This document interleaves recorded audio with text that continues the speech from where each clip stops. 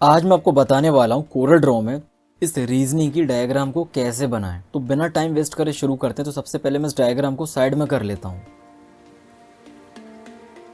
इस डायग्राम की मेकिंग बहुत ही ज़्यादा इजी है, बस आप ध्यान दीजिएगा। तो फॉर एग्जांपल जैसे ये जो आप डायग्राम देख रहे हैं, हम इसे स्टेप बाय स्टेप क्रिएट करेंगे। इस डायग्राम मेकिंग में ये जो आप क्वेश्चन मार्क देख रहे हैं ना, तो हम यहाँ पे क्वेश्चन मार्क ही बनाएंगे, क्योंकि रीजनिंग की बुक्स में इस तरह की जो डायग्राम दी होती हैं वो स्टूडेंट्स के लिए होता है, जैसे कि स्टूडेंट्स आंसर करें। ठीक है, तो हम इसी तरीके से एज इट इज डायग्राम बनाएंगे। तो यहाँ पे मैं F6 प्रेस करूंगा, सिंपली एक बॉक्स ड्रॉ करूंगा। अब यहाँ पे कोई डायमेंशन तो नहीं दी है, तो बस आप रिलेट करिएगा। ठीक है, तो अगेन मैं F6 प्रेस करूंगा, सिंपली इस तरीके से एक ऑब्जेक्ट ड्रॉ करा। यहाँ पे मैं इसकी डायमेंशन दे देता हूँ। यहाँ पे मैं इसकी हाइट विड्थ मेंशन करूंगा 0.65। मैं एंटर प्रेस कर देता हूँ। तो यहाँ पे इसे मैं थोड़ा सा ऊपर कर लेता हूँ। तो ये वाला जो ब्लैक पोर्शन आप देख रहे हैं, इसे हम कैसे क्रिएट करेंगे, बहुत ही सिंपल मेथड है। यहाँ पे मैं F5 प्रेस करूँगा। ये जो आप स्क्वायर शेप देख रहे हैं ना, जैसे फॉर एग्जांपल यहाँ से यहाँ तक की मैंने एक लाइन ड्रॉ करी। इसको मैं आपको समझाने के लिए ऊपर की तरफ लेता हूँ। तो हर ऑब्जेक्ट का एक सेंटर होता है, तो इस लाइन का सेंटर ये है। ठीक है, तो इसी तरीके से आप ये इमेजिन कर सकते हैं कि ये जो स्क्वायर है, चारों तरफ एक लाइन दी हुई है। ठीक है, तो यहाँ भी देखिए इसका ये मिड पॉइंट है। ठीक है, यहाँ भी इसका मिड पॉइंट है, यहाँ भी इसका एक मिड पॉइंट है और यहाँ भी इसका मिड पॉइंट है। ठीक है, तो मैं वापस अंडू करता हूँ। अगेन मैं F5 प्रेस करूँगा।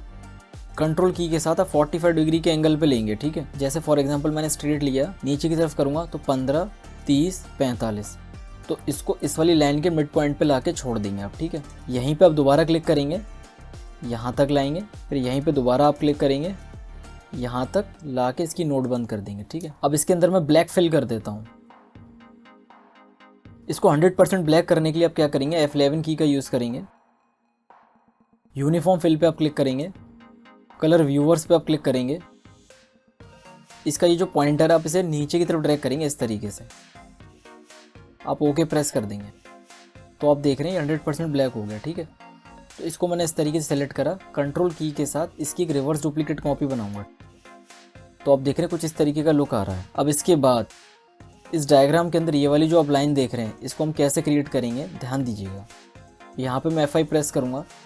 इस वाली लाइन के मिड पॉइंट से यहाँ से मैंने एक स्ट्रेट लाइन खींची। ठीक है, तो इसे ऊपर की तरफ हम ले जाएंगे 15, 30, 45। तो ये भी 45 डिग्री पे है, तो मैं इस नोड पे लाके छोड़ दूंगा। ठीक है, इसकी हेयर लाइन मैं कम कर लेता हूँ।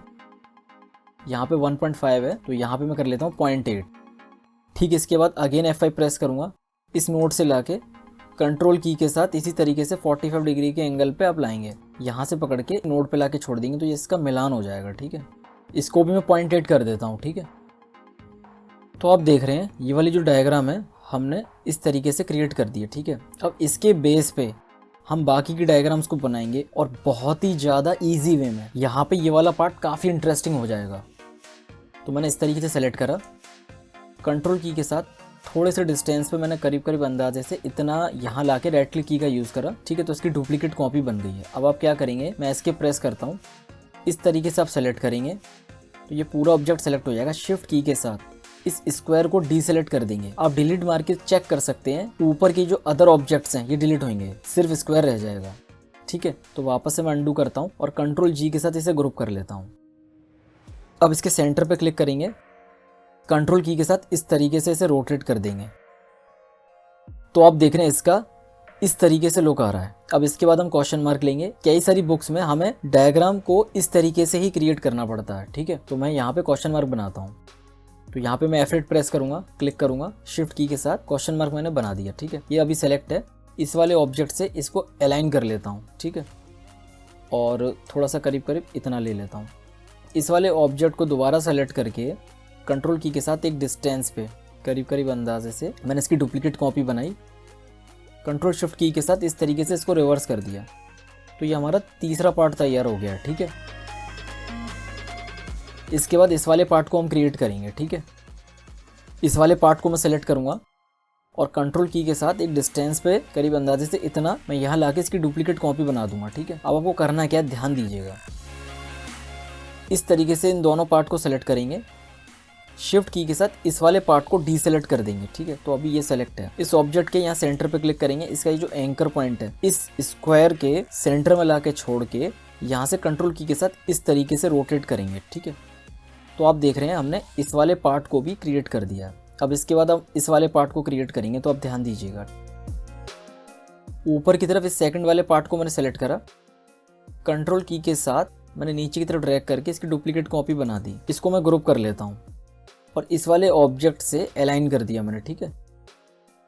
इसको मैं सेलेक्ट करूँगा, इसके सेंटर पे मैं क्लिक करूँगा और कंट्रोल की के साथ इस तरीके से मैं इसको रोटेट करूँगा।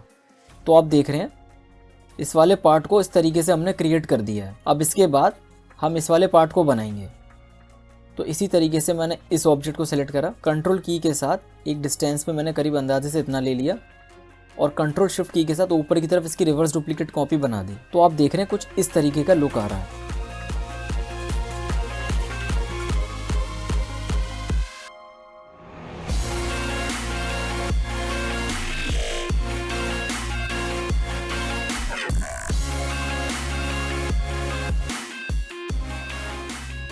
तो आपको ये ट्यूटोरियल कैसा लगा? अगर आपको ये डायग्राम ट्यूटोरियल पसंद आया हो तो प्लीज़ इस वीडियो को लाइक करें, अपने फ्रेंड सर्कल में शेयर करें और प्लीज़ इस चैनल को सपोर्ट करें।